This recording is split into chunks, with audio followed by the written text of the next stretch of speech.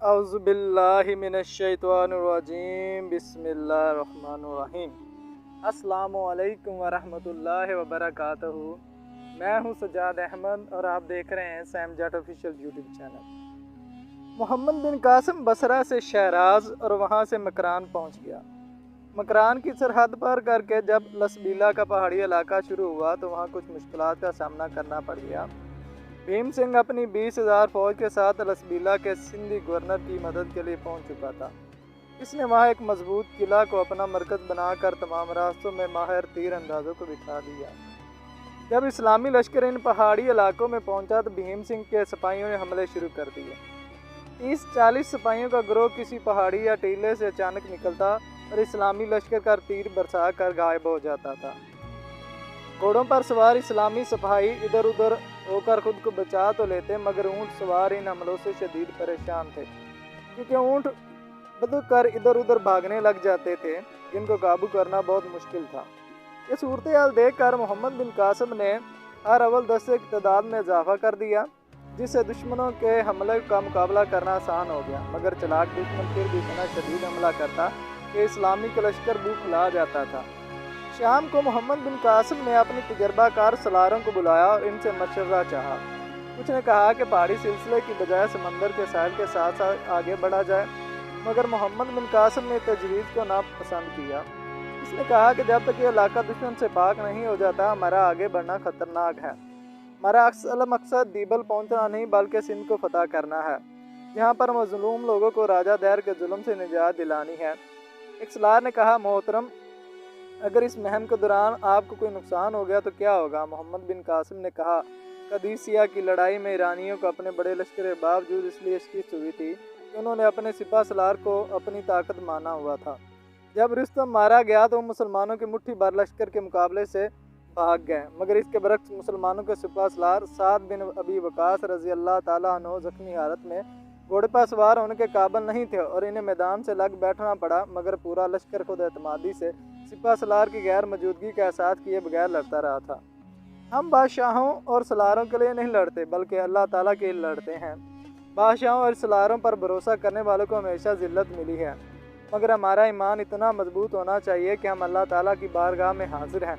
कुरान मजीद हमारा रहनुमा है। मैं दुआ करता हूँ कि अल्लाह ताला मुझे अपने कौम के लिए रुस्तम ना बनाए बल्कि मुझे मुसना रजी अल्लाह ताला बनने की तौफीक अता फरमाए, जिनकी शहादत ने हर मुसलमान को जज्बा शहादत से सरशार कर दिया था। आमीन। भीम सिंह की फ़ौज के साथ इस्लामी लश्कर का सामना हुआ। दोनों तरफ से खूब हमले हुए। इस्लामी लश्कर ने अपने सिपा सलार के हुक्म के मुताबिक डट कर मुकाबला किया और दुश्मन को काफ़ी नुकसान पहुँचाया। इस दौरान में इस्लामी लश्कर का भी खासा नुकसान हुआ। आधी रात तक मोहम्मद बिन कासिम के थके हारे सिपाही जख्मों की मरहम पट्टी और शहीदों की तदफीन में मसरूफ़ रहे। इधर मैदान में हर तरफ दुश्मन के जख्मी सिपाही खूब चीख रहे थे। शुदा की नमाज जनाजा पढ़ने के बाद इस्लामी लश्कर का नौजवान सपा सलार मोहम्मद बिन कासिम भी कई रातें जागने थकावट से चूर होने की वजह से बेचैन था। इसके बाजू दिन भर तलवारों और नेज़ों के खेलने के बाद शिल हो चुके थे, मगर फिर भी वो अपनी थकावट को भूलकर कमरा पर पानी का मशकीज़ा लादे जख्मों से चूर दुश्मनों के सिपाहियों को पानी पिला रहा था। दिन के वक्त जिन आंखों में दुश्मन को ख़त्म करने की चमक थी, वहीं आंखें इस वक्त जख्मियों की हालत देखकर आंसू बहा रही थी।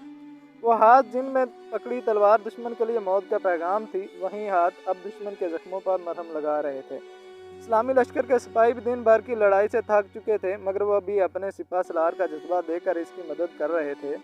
उन्होंने दुश्मन के जख्मी सिपाहियों को कमर पर उठाकर किले के अंदर ज़मीन पर लटा दिया। मोहम्मद बिन कासिम मैदान में जख्मियों की मरहम पट्टी करने में मसरूफ़ था कि इसको पहाड़ी के पीछे से किसी के कराने की आवाज़ सुनाई दी। वो फ़ौरन पहाड़ी की तरफ बढ़ा। इसके चंद करीबी दोस्त और सलार भी साथ थे। जब उन्होंने मुश्किल की रोशनी आगे की तो दुश्मन के मरे हुए सिपाहियों के दरमियान एक ज़रा पोशी जख्मी नौजवान दिखाई दिया, जिसकी ज़रा पर खून के कई निशान थे।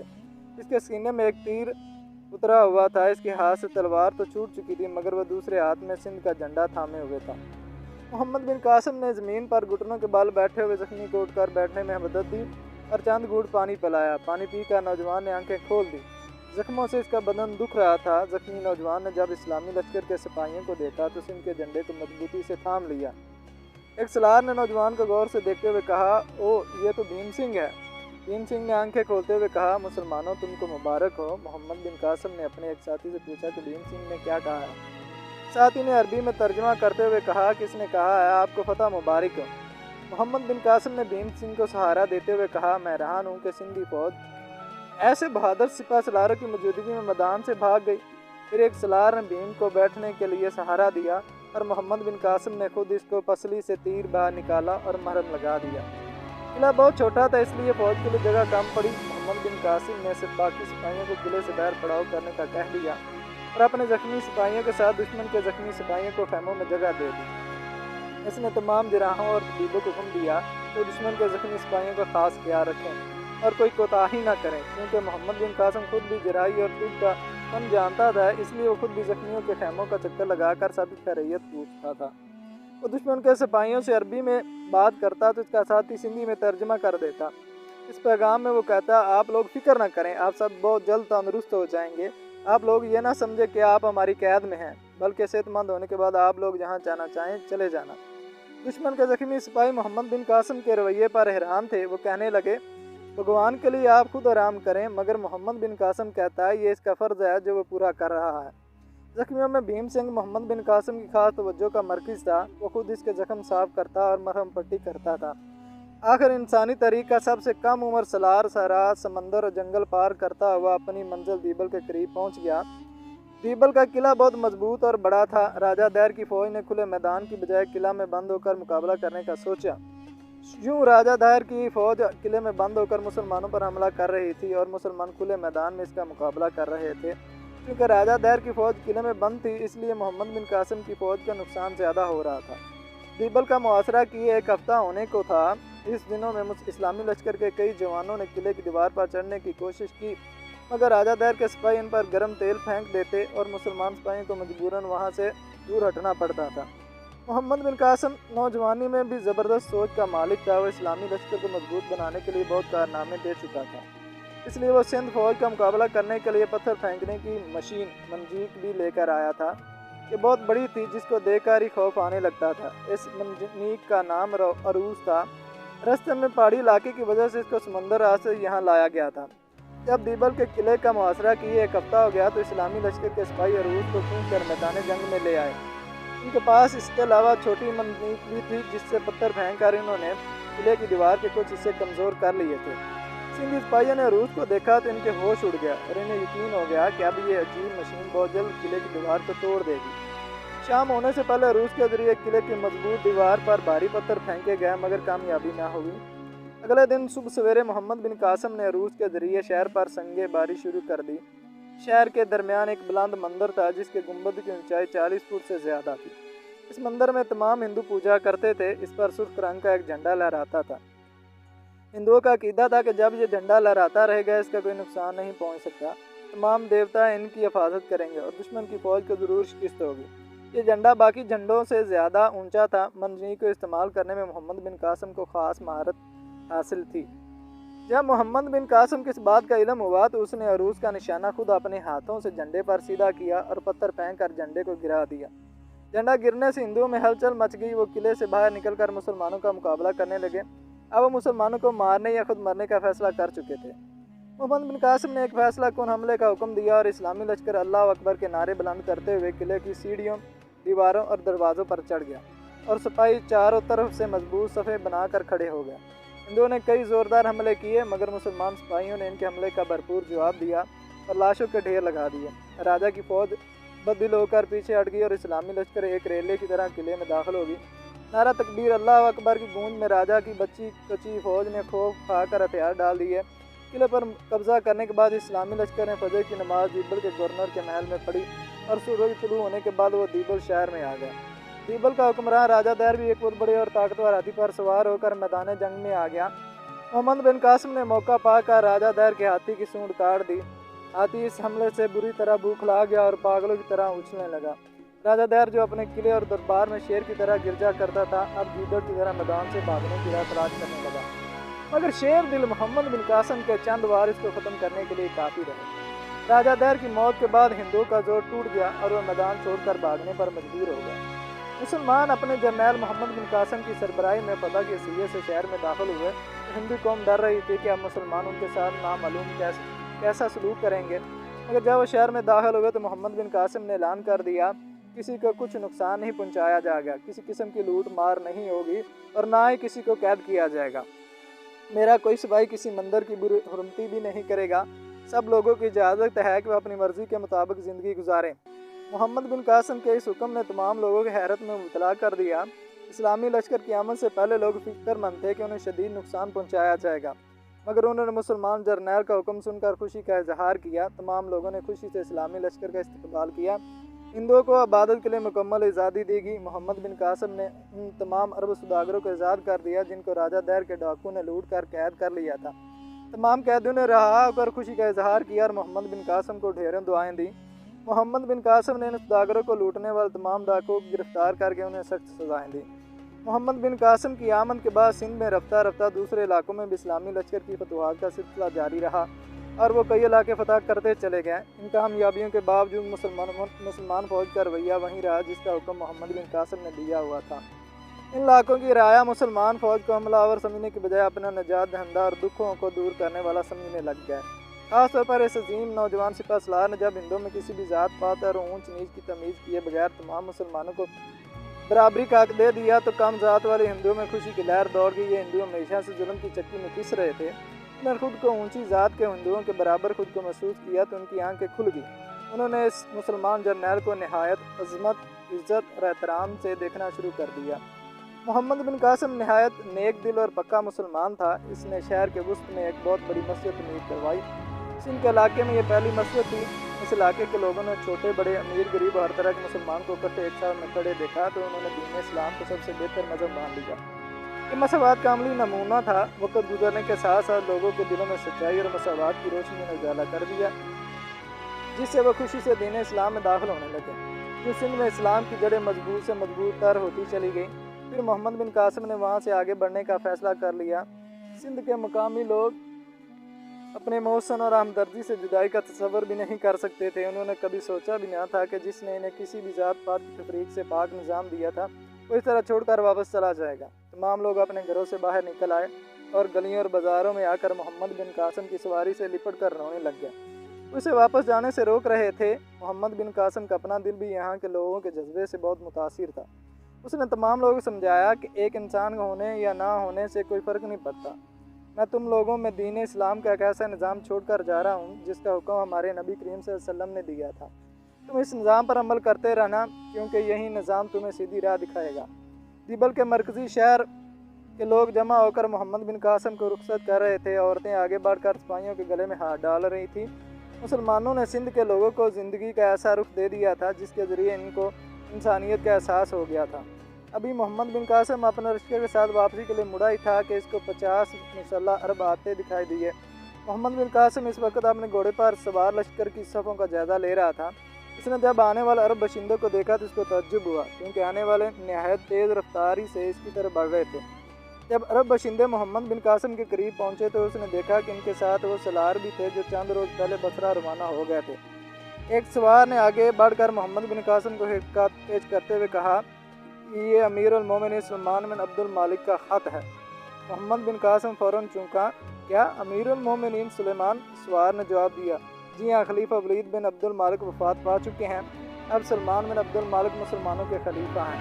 मोहम्मद बिन कासिम का दिल ये खबर सुनकर धड़कना भूल गया, मगर इसने चेहरे पर दिल की हालत जाहिर ना की। इसने खत खोलकर पढ़ा और गर्दन झुकाकर कुछ देर के लिए सोचा और बोला, मुझे सुलेमान से यही उम्मीद थी। यजीद बिन अबू कब्सा कौन है? एक बूढ़े आदमी ने घोड़ा आगे बढ़ाते हुए कहा, मेरा नाम यजीद बिन अबू कब्सा है। मोहम्मद बिन कासिम ने मुस्कुरा कर इसको देखा और घोड़ा आगे बढ़ाकर यजीद बिन अबू कब्सा से हाथ मिलाकर कहा, मोहतरम, आपको इस्लामी लश्कर की क़ियादत मुबारक हो।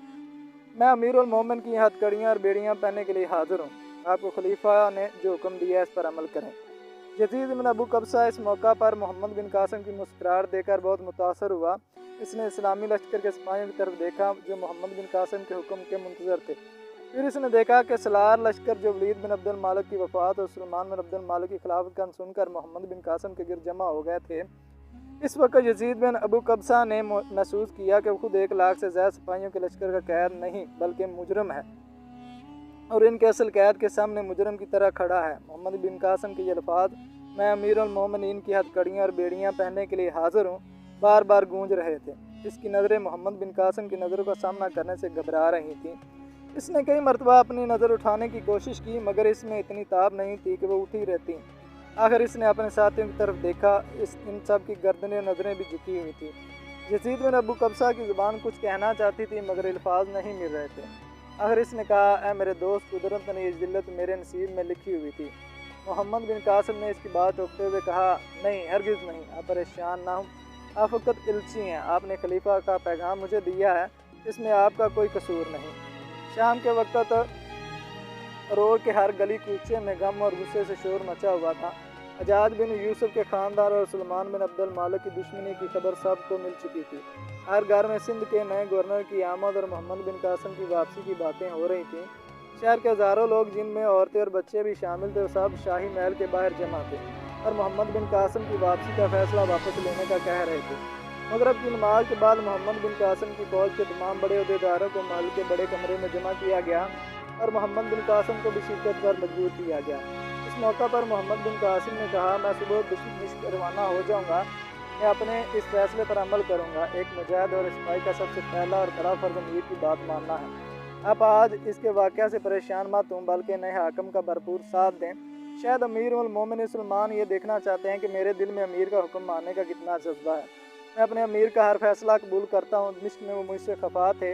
इस वक्त इन पर कोई जिम्मेदारी नहीं थी, मगर अब इन पर आलम इस्लाम की भारी जिम्मेदारी आ गई है, इसलिए इनके मिजाज में यकीनन तब्दीली आ चुकी होगी। हो सकता है वो मुझे हिंदुस्तान की तरफ दोबारा भेज दें, लेकिन अगर इनकी मुझ पर से गलतफहमी दूर ना हुई और उन्होंने मुझे वापस ना भेजा, तो भी आप सब यजीद बिन अबू कब्सा की इताअत फ़र्ज होगी। सिंध के सरदारों ने मोहम्मद बिन कासिम से कहा, हमें सुलेमान की बात नीति का इल्म है, वो आपसे अच्छा सलूक नहीं करेगा।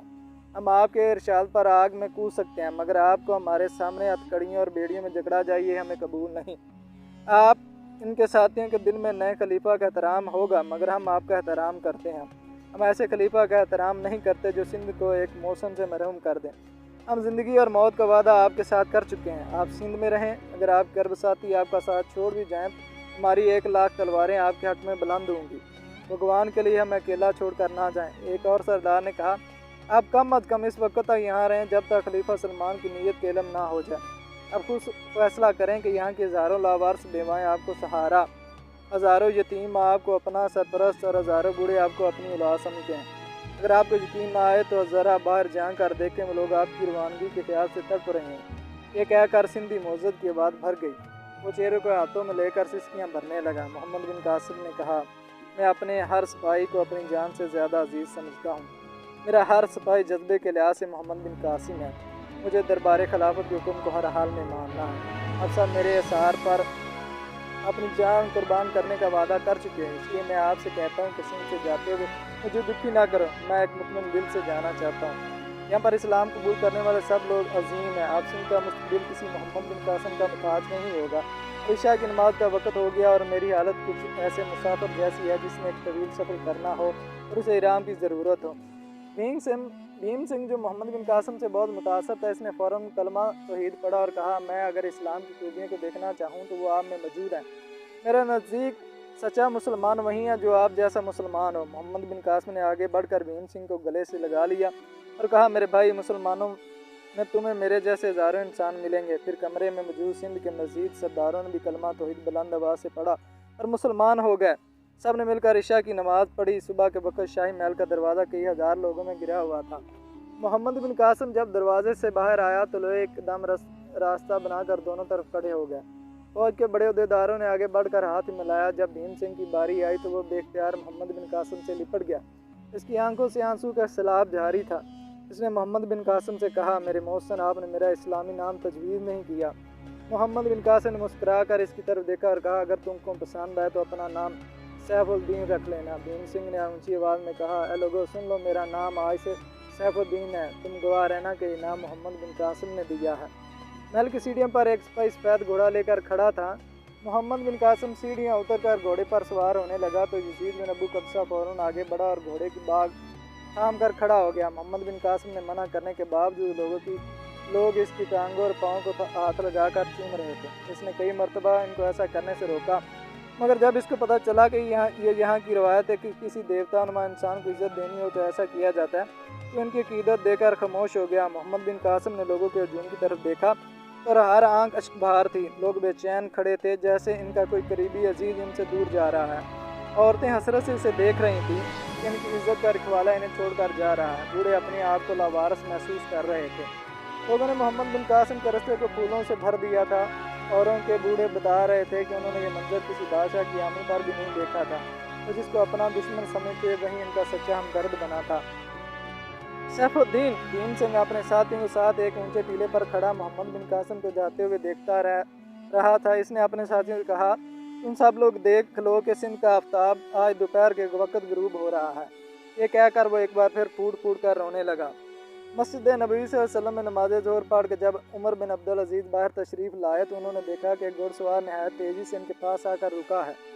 घुड़सवार का चेहरा गिर से अटा हुआ है। भूख प्यास और खावर से चेहरा भी मुरझाया हुआ है। उमर बिन अब्दुल अजीज़ करीब जाकर इस सवार ने कुछ कहना चाहा, मगर आवाज़ ना निकल सकी। आखिर इसने हाथ से इन्हें रोकने का इशारा किया और घोड़े से उतरकर इनकी तरफ बढ़ा, मगर चंद कदम चलकर वो लड़खड़ा कर ज़मीन पर गिर गया। इतनी देर में घोड़े ने भी एक जुर्ज ली और नीचे गिरकर मर गया। लोगों ने घोड़सवार को उठाया और मस्जिद के उजरे में ले आए। थोड़ी देर बाद जब घुड़सवार को होश आया तो उमर बिन अब्दुल अजीज़ ने इसके चेहरे पर पानी के छींटे मारे थे। इसने पानी देखा और प्याला की तरफ मुंह करके जल्दी जल्दी पानी पीने लगा। उमर बिन अब्दुल अजीज़ ने इसके माथे पर हाथ फेरते हुए कहा, बेटा थोड़ी देर सब्र करके पानी पियो, तुम बेहोशी में पहले ही बहुत पानी पी चुके हो और ज़रा कुछ खा भी लो। मेरे ख्याल में तुम बहुत लंबा सफ़र तय करके आए हो, क्योंकि तुम्हारा घोड़ा यहाँ पहुँचते दम तोड़ गया था। फिर उमर बिन अब्दुल अजीज़ ने खादिम को खाना लाने का हुक्म दिया, मगर नौजवान ने कहा, मुझे पानी पिला दे, मुझे सख्त प्यास महसूस हो रही है। इसके साथ ही यूं लगा जैसे इसको कुछ याद आ गया। इसने फ़ौरन अपनी जेब में हाथ डाला और कहा, मैं पहले ही बहुत वक्त ज़ाया कर चुका हूँ आपको ये ख़त। मगर इसके आगे वो कुछ ना बोल सका। इसकी आंखें हैरत से खुली की खुली रह गई। उमर बिन अब्दुल अजीज़ ने कहा, नौजवान मैंने तुम्हारा ख़त पढ़ लिया, तुम्हारा घोड़ा हलाक हो गया। मैं तो समझ गया कि तुम कहीं दूर से कोई पैगाम लाए हो। जब तुम बेहोश हो गए तो ख़त तुम्हारी जेब से गिरकर मेरे हाथ में आ गया, जिसको मैंने पढ़ लिया था। नौजवान ने कहा, मोहतरम आप फिर मोहम्मद बिन कासिम के लिए कुछ करें, वरना। उन्होंने हौसला देते हुए कहा, हौसला रखो, मैं खुद अभी इसी वक्त दिमिश्क जा रहा हूँ, मेरा घोड़ा बिल्कुल तैयार है। फिर उन्होंने अपने साथी की तरफ देखा और पूछा, क्या मेरा घोड़ा तैयार कर दिया है? खादिम ने कहा, जी हाँ, अब घोड़ा तैयार है। आने वाले नौजवानों ने कहा, मेरा नाम ज़ुबैर है, क्या मैं भी आपके साथ चलूँ? उमर बिन अब्दुल अजीज़ ने कहा, नहीं बेटा, तुम आराम करो, तुम पहले इस सफ़र की वजह से निढाल हो चुके हो। ज़ुबैर ने कहा, मोहतरम मैं बिल्कुल ठीक हूँ, मेरे चेहरे पर थकावट के नहीं बल्कि मेरे दिल की बेचैनी के आसार हैं। अगर मैं यहीं रहा तो इंतज़ार की ज़्यादा तकलीफ़ होगी। दोस्तों, अभी तक मोहम्मद बिन कासिम की जो हिस्ट्री है वो अभी तक